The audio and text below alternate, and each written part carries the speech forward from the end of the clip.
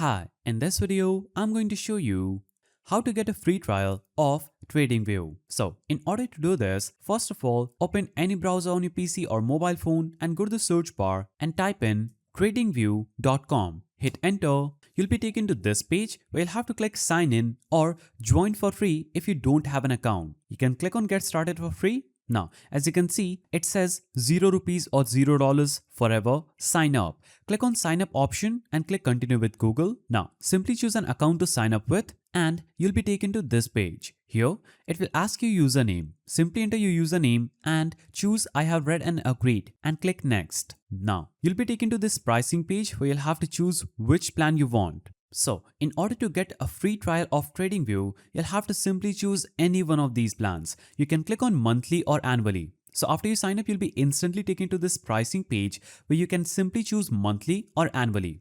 So if I buy monthly plan, I get these rates per month, and if I choose annually, it's right here. Simply choose any plan you want and you will get 30-day free trial. As you can see, all the plan includes a 30-day free trial.